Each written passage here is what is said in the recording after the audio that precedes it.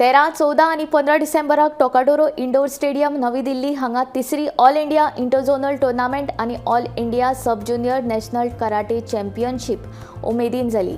ह्या चॅम्पियनशिपीन गोंयच्या भुरग्यांनी बरी कामगिरी करीत पदकां जिखली। अर्णव ओलीक कांतान भांगरा पदक फावो जालें, जाल्यार अथर्व शिरोडकर फट्टेक कुमितेंत भांगरा पदक फावो जालें।